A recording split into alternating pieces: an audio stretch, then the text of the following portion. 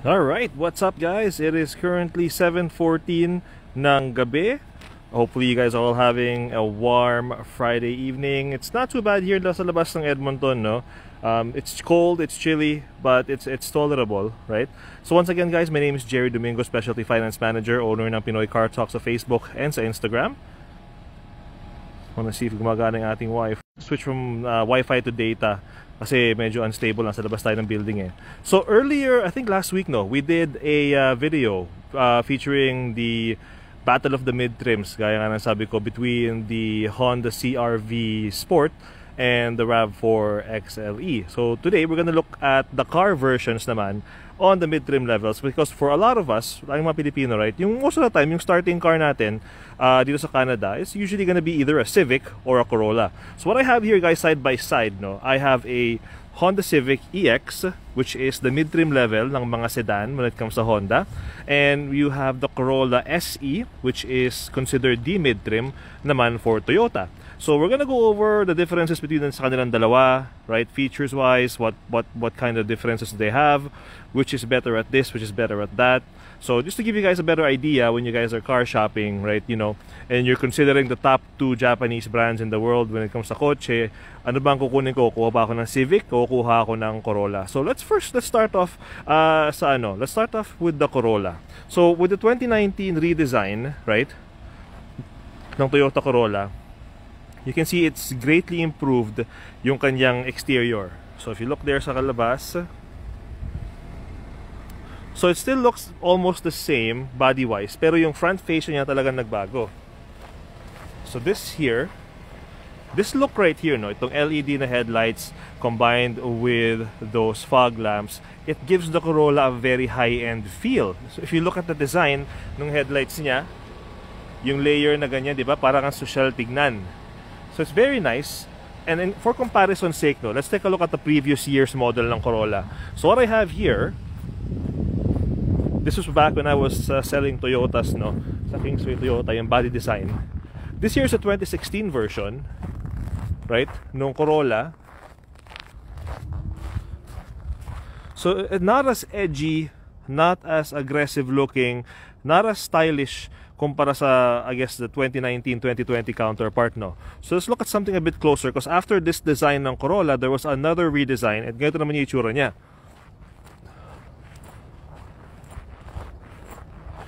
So the 2017 Corolla got a slight redesign sa harapan. If you look here, ito yung 2017 na version. So nag-iba ng konti yung front fascia niya, right?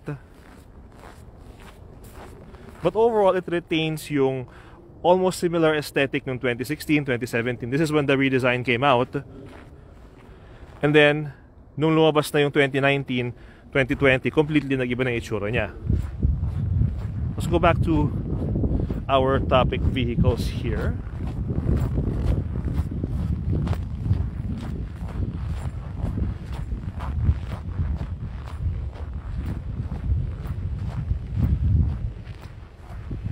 Alright, so getting back here to the Corolla, right? If you look here, so for the 2019-2020 year ng Corolla kasi, their trim levels changed. So there was a CE, which is the base model.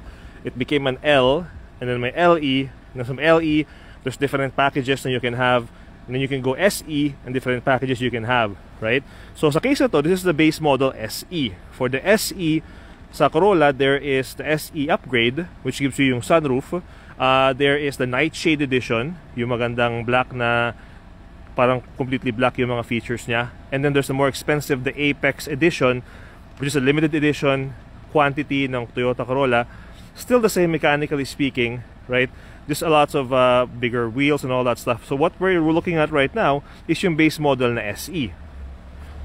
Speaking of changes, aside from the very nice LED headlights, the one thing that actually, for me, caught my attention, no, was the change in engine from the previous generations to the 2019 model. Kasi the engine actually has changed.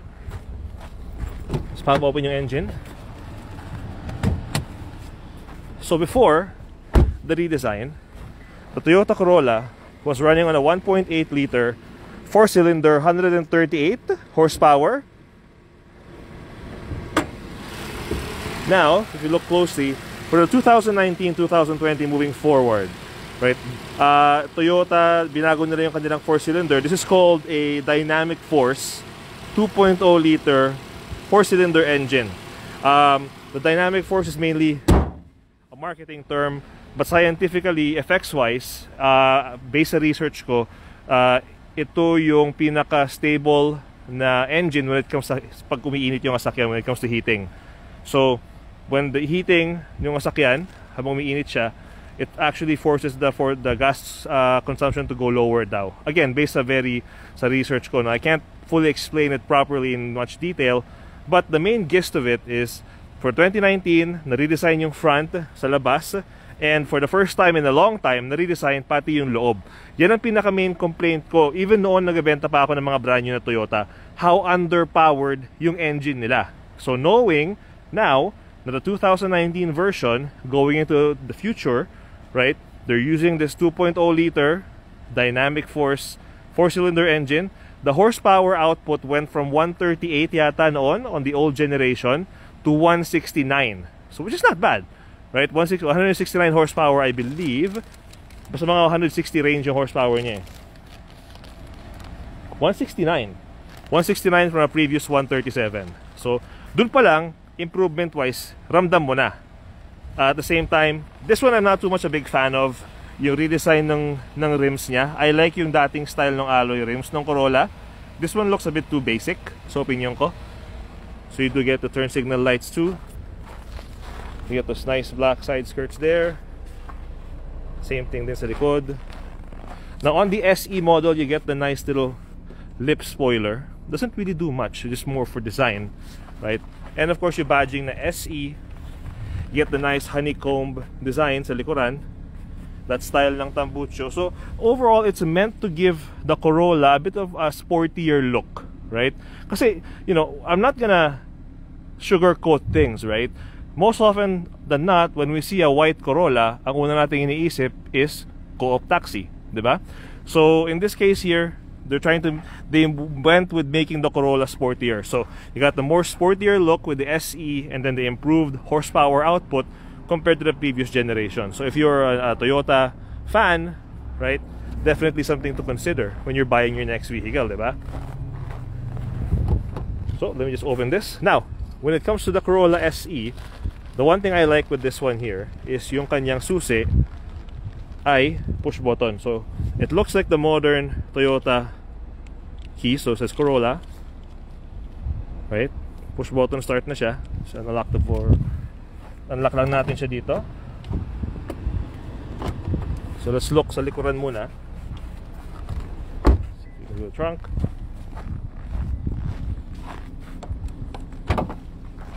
So trunk size almost the same as the old Corollas, no? As you can see there, spacious naman siya. Backup cameras right there. If you go on passenger side seating, so almost unchanged yung interior niya from the previous year's models. And again, I'm gonna point out, no, when it comes to the Toyotas, they do give you the rubber mats free of charge. So in this case here, the previous owner was nice enough na iniwan sa atin yung kanilang Corolla rubber mat. So kung sino man ang bibili ng sasakyan na to, hindi na rubber mats, hindi mo na kailangan gumastos ng extra. Driver side. So since we are looking at the base SE, still, you know, the manual seat control, seat adjustment, same thing din naman dyan, right? Mats are still there. Going inside, this actually took me by surprise, and I would say I was actually very impressed. Mainly because, again, as I mentioned, I was selling Corollas before, no, for years, and they're not the most stylish vehicles. But nowadays, they're actually not doing too bad. For an SE, no, this one looks really good, right? You got the more modern style ng dash niya dito. You got the dual zone climate controls. You got your heated seats pa rin. You got your sport mode there now. So let's look at the backup camera niya kung ano itsura. So not bad coverage wise. So still the same yellow lights here. Weak. Pero what can you do, right? At least maraming improvement. This is a nice mix of plastic and leatherette. So it feels fine. Hindi siya feeling cheap. Manuals are still here, which is nice, in the previous owner. And yung pinakareklamo ko noon sa mga binibenta ko na Toyota, na-address na nila ngayon. Yung digital speedo. So dati kasi for so long, guys, 2014, 15, 16, napakatagal, grabe. I think 2018, 2019 lang sila nagkaroon ng digital speedometer. So now, on the 2019 moving forward, meron na siyang digital speedometer. So at the same time, you get Toyota Safety Sense. So you do have the, if you see there the BSM, I'll show it to you on the side mirror. So it does have yung blind spot monitor, which is right here. That's always nice to have. And you get your standard Toyota Safety Sense na rear cross traffic alert. You got your the cruise control. I forgot the marketing term ng cruise control niya. I've used it before too. And you got your lane departure warning. So same thing, Bluetooth controls are still here. This is still touchscreen, right? So overall, it's not actually a bad vehicle to start with, right? As your first car sa Canada. So push button start, as I mentioned earlier, right? And the good thing with this, and the good thing with the Corollas, as you guys know, if you've driven a Corolla before, they're very fuel efficient. So now, I remember no, nag-comment ako when I was driving that Civic Turbo, knowing now na yung horsepower niya has greatly increased from the older generations. I'm actually kind of curious to see how this would do, right? And you're driving on the actual highway and mag-overtake ka. But that will have to wait until magkaroon ako ng kliyente na gustong bumili ng Corolla. But otherwise, design-wise, it's not bad. Definitely a big improvement kumpara sa mga previous generations niya. So, opinion ko. So, ngayon, tingnan naman natin yung sa Honda. So, dito naman sa amin sa Honda, our mid-trim vehicle for the Civic is the EX. So, we have the DX. The DX yung pinaka-base, manual transmission. And then you have the LX. And then you have the EX. The EX, after the EX is the Sport. Sport is Touring, right? So, this is the EX trim. So, right off the bat, the one thing you're gonna notice, comparing this to this, unfortunately, sa Civic na EX, wala siyang fog lamps. You do get the nice daytime running lights na LED, but if you notice, no, yung headlights nito is using the old-fashioned orange na color, which I'm actually personally I'm not a big fan of that. And that was for me the biggest selling point with the Corolla was yung kanyang headlights. Because this white LED light just gives so much better visibility if you're driving in the dark, especially here sa Western provinces, no. That is just ultimately better sa opinion ko headlight color-wise kumpara dito. However, the one thing naman na kaibahan nito na I think is an important thing na ipuna is while both vehicles are push button, the Honda Civic EX has the built-in remote starter. So that's the one thing sa mga Toyota owners, right? Sa Honda built-in na yung remote starter. Hindi mo na kailangan gumastos na extra. If you want to put a Toyota branded na remote starter on a Toyota vehicle, not only is the Toyota branded na starter ugly, it's like a big chunk of plastic, no? It's also pretty expensive, right? But it's the only one na warranty approved kasi. Now looks-wise, if you look at the Corolla, yes, pogi yung harapan niya, very nice lights, but yung katawan, yung kaha niya, it's still very round, right? Still very roundish yung itsura niya. Not as sporty as you'd like it to be. That's where the 10th generation Civic, I think, sa opinion ko, dun niya talo yung Corolla.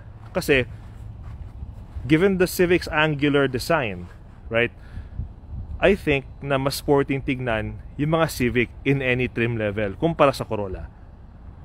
That's personal opinion ko lang, right? Now, the one thing that surprised me actually was the Corolla with the 2019 model going forward has more horsepower than the Honda Civic, which actually for initially hindi ako makapaniwala, right? Because you would think this is a sportier looking vehicle, right? Pero output ng horsepower mas malakas yung Corolla. So that's 169 horsepower using the 2.0 liter dynamic engine nilang bago. For us, on the Civic, you are running a 2.0 liter engine, 4-cylinder din siya, but yung horsepower output ng Civic, I believe, is only at 158 horsepower. So that's a good 10 horsepower difference. It's not gonna make much of a difference for the everyday driver, right? Kasi hindi naman tayo nakikipag-racing araw-araw, and really wala namang nagre-racing ng Corolla, right? let's be real, right? I mean, you can put a spoiler sa Corolla, it's not gonna make it any more sportier, but on the Civic, you know, there's a whole Civic nation that actually does modifies and customizes their Civics, diba? So going back on the Civic here, one thing that you also notice sa mid-trim namin is yung rims niya mas maganda. Mas maganda, tsaka I believe, no, they're actually the same size. These are the same size as the Toyota Corolla rims. This one just looks a lot better with the two-tone na black na metal, and then yung shinier dito. Mas dynamic, mas sporty yung tignan kumpara dun sa Corolla na, you know, very basic, diba? And the one thing na meron yung Civic EX without having to go up another trim level is yung sunroof. So on the EX, standard na yung sunroof. On the Corolla SE, wala siyang sunroof. You only get a sunroof on the Corolla SE if you go the SE upgrade, and that requires you to, of course, spend more money, diba? We'll walk around here. So as you guys may not know, this is the last year na the Honda Civic will look like this. I put it sa aking Facebook before na on the 11th generation 2022 models, the Civic is going to be completely redesigned. So it's not going to be as angular like this, not as sporty sa opinion ko, a bit more grown up yung look, parang baby siya, parang baby Accord ang itsura. So if you're a fan of this body style, better to get it now kasi we're not gonna make any more after 2022. So let's look sa likod naman ito. So yung tambucho niya, it's right there. Not as noticeable, not as sporty looking as the Corolla over there. Backup cameras here. Space sa likuran, again, almost similar. I'm not gonna go into details like cubic feet, meters, and liters na ginagawa ng mga YouTubers, right? I'm just mainly after sa practicality para sa kliyente ko. We got that.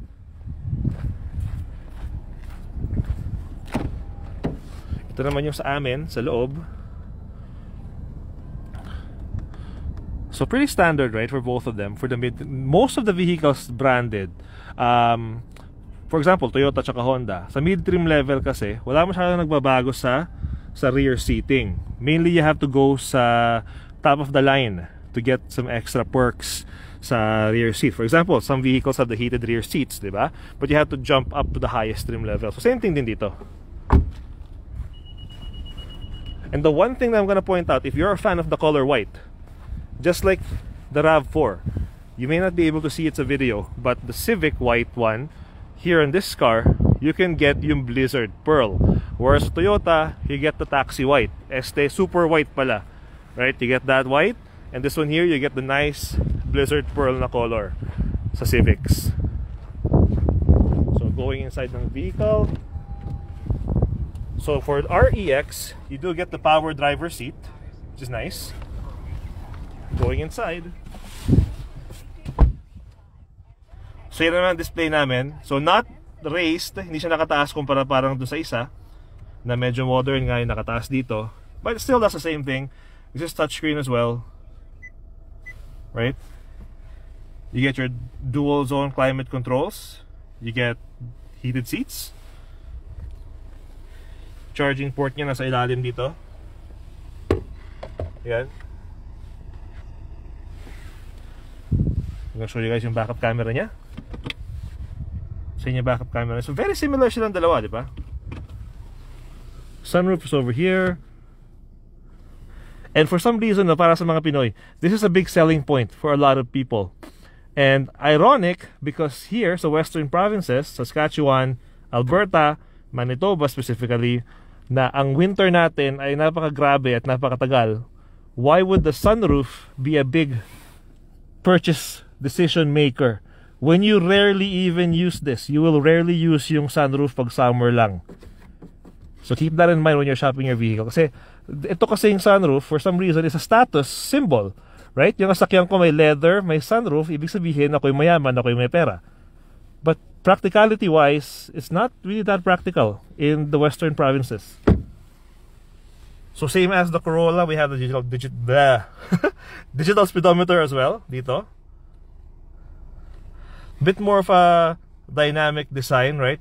All of that, the gauges on the side, temperature, fuel, they're all electronic. Those are all lights. So same thing, you got your tawag dito, you got your cruise control options here.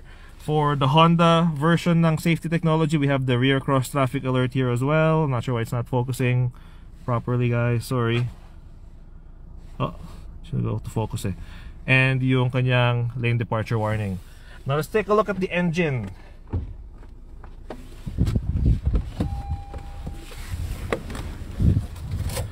Engine wise, if you want the performance of the turbo, you have to go up to the touring trim level. If you're looking at the newer models, no, 2019, 2020, previous years, for example 2018, merong EX turbo. For 2019, 2020, yung turbo has actually been reserved to the touring trim level kung gusto mo ng sedan, and sa mga hatchback. Sa mga hatchback, lahat ng makina turbo. The only difference is yung turbo na nasa touring ng hatchback, mas malakas ang horsepower output kumpara sa mga lower trim levels ng hatchback na Civic. So engine wise, let's take a quick look. So yan naman yung sa Civic. So very quiet, right? And just like I mentioned nga, 4-cylinder engine. So there you go. So if you guys are shopping for your next vehicle, maybe your first car sa Canada, or maybe you know somebody you know is looking to get their first car, and they're looking, should I get a Civic, should I get a Corolla, right? The top 2 Japanese brands, most reliable brands. Maybe show them this video, share nyo itong video na to para magkaroon sila ng idea, right? Kasi nga, for example, right, a lot of people are not aware na yung mid-trim ng Corolla na SE, yung starting model niya, wala pa lang sunroof, right? Which for a lot of people, gaya nga ng sabi ko, is a big deal breaker. If you like more features sa sasakyan, the Civic EX does have the built-in remote starter. So dun pa lang nakakatipid ka ng $599 for the remote starter na pag-install tsaka labor, kasi meron na siya. You also get the sunroof and you get the more stylish na rims.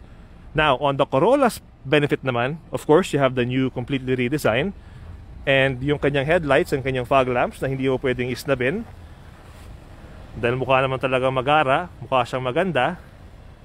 It just doesn't have the remote starter, so you have to spend extra to put a remote starter on this vehicle. And yun nga, for the same price point as the EX, ito may starter ka na, may sunroof ka pa. Ito may maganda kang headlights, pero kailangan ito pang gumastos ng extra for the remote starter. And if gusto mong pagandahin yung rims mo. Now, horsepower wise, absolutely this one wins by a good 10 horsepower.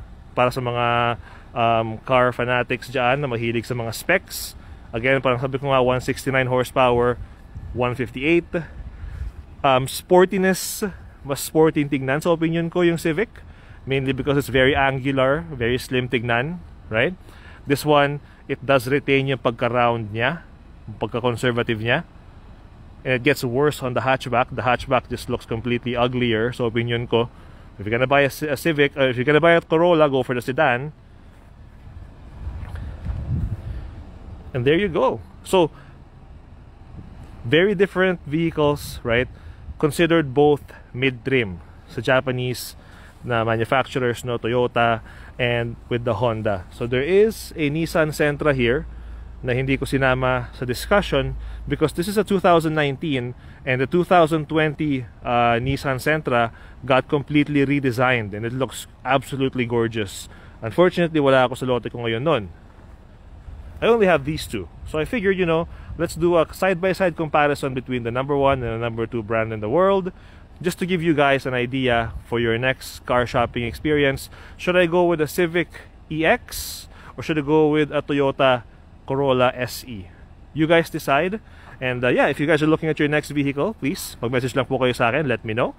We are still serving Alberta, Manitoba, Saskatchewan, British Columbia for the, you know, for the meantime, habang wala pa yung mga interprovincial lockdown. So we are doing our best to get that done. But yeah, otherwise guys, I hope nagustuhan niyo yung video natin for today, right? Battle of the Midtrims, just like before. This time it's the Toyota Corolla SE versus the Honda Civic EX. Once again, si Gerry Domingo po ito, Specialty Finance Manager, owner ng Pinoy Car Talk sa Facebook, Instagram, and sa YouTube. Thank you so much guys. Stay safe and have yourselves a great weekend.